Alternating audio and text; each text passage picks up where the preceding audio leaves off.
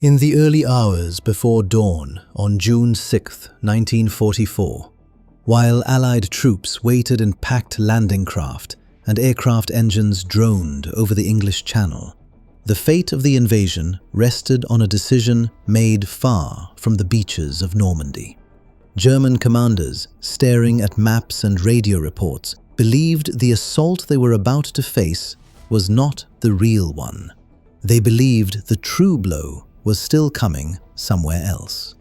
That belief did not come from a tank division or an air raid.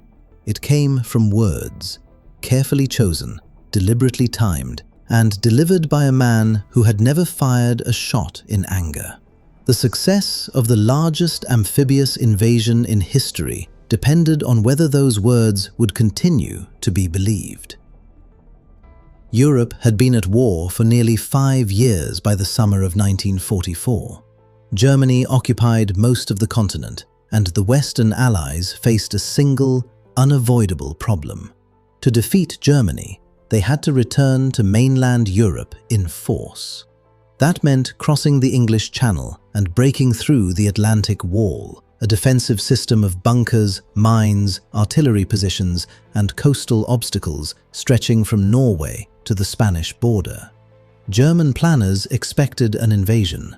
They did not know where or when it would come, but they understood the stakes.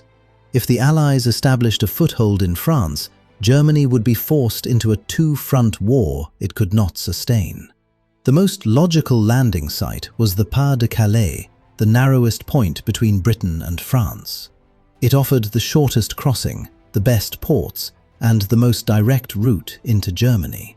For that reason, German defences there were the strongest on the entire coast.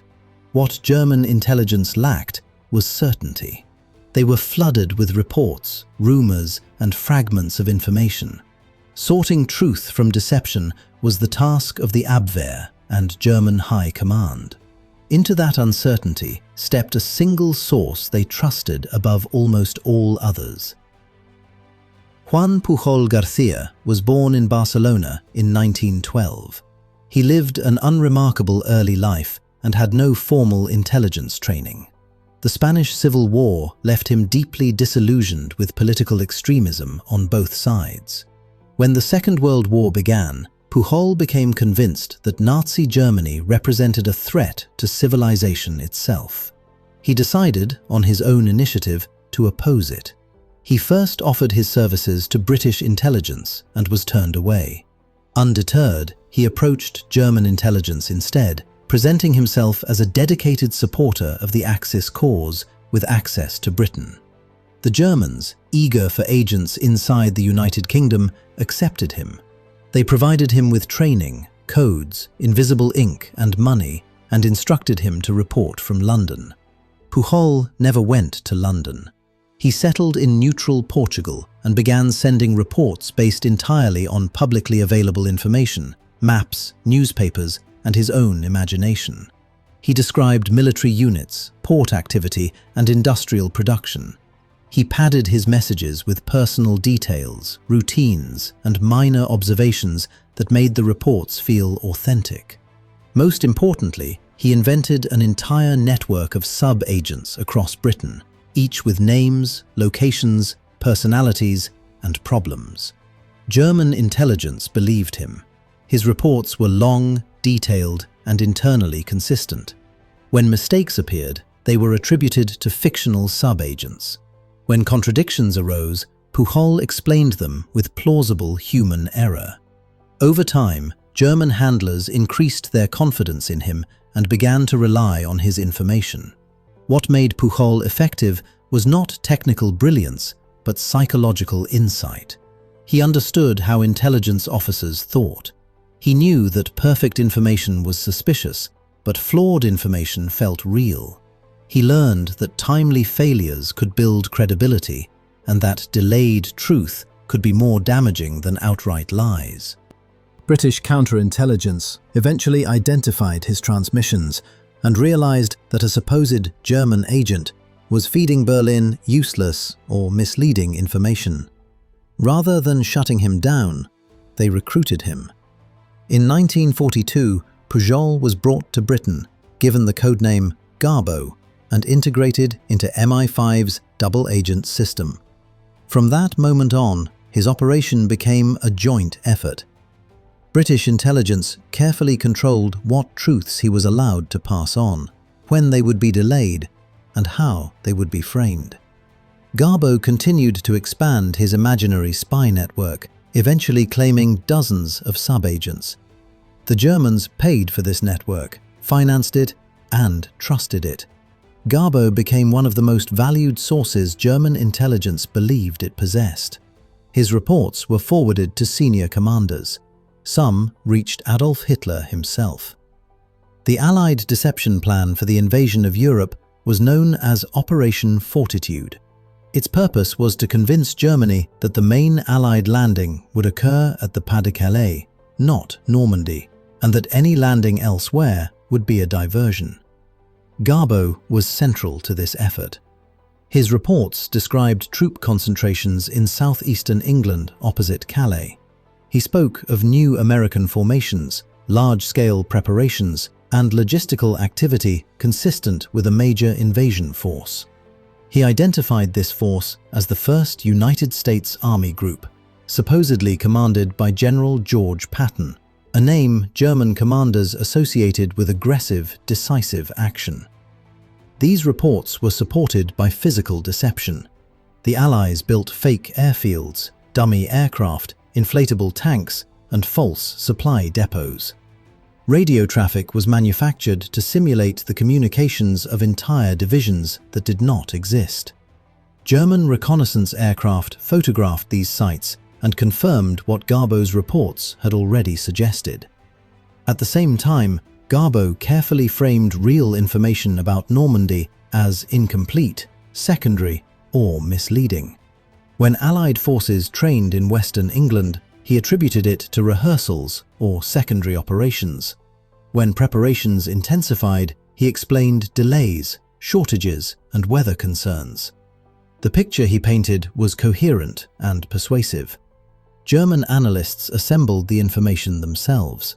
They believed they were drawing independent conclusions. In reality, those conclusions were being guided step by step.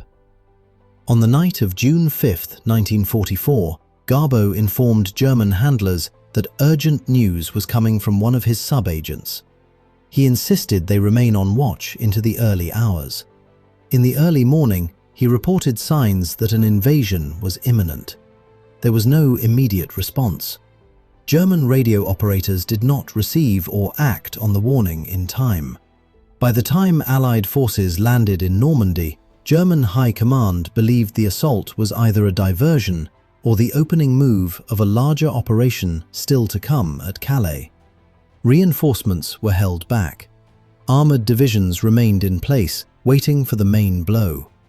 3 days later, with the Normandy beachhead still vulnerable, Garbo sent his most critical message. He stated clearly that the Normandy landings were a feint designed to draw German forces away from the real invasion site.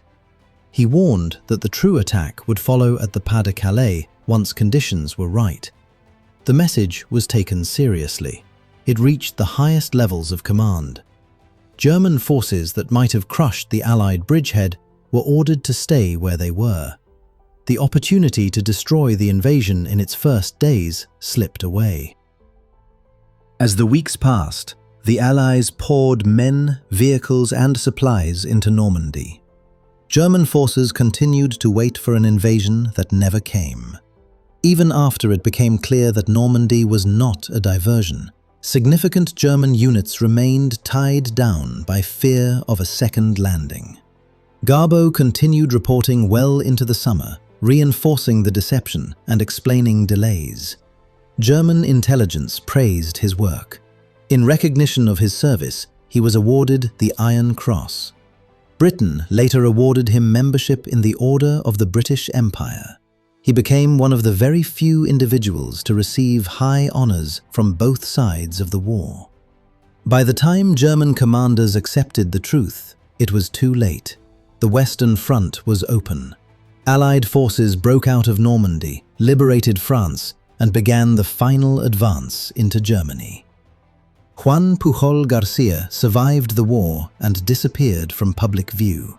He faked his own death, moved to South America, and lived quietly for decades. When his story eventually emerged, it challenged the traditional image of warfare dominated by armies and machines.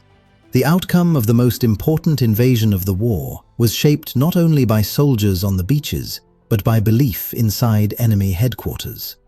Garbo's success demonstrated that modern war was as much about perception as firepower. By understanding how intelligence was consumed, not just how it was gathered, he altered the course of history. On the beaches of Normandy, thousands fought and died to open the road to liberation. Far away from the gunfire, one man's carefully constructed lies ensured they were not met by the full weight of German strength. In that space between truth and deception, the future of Europe was decided.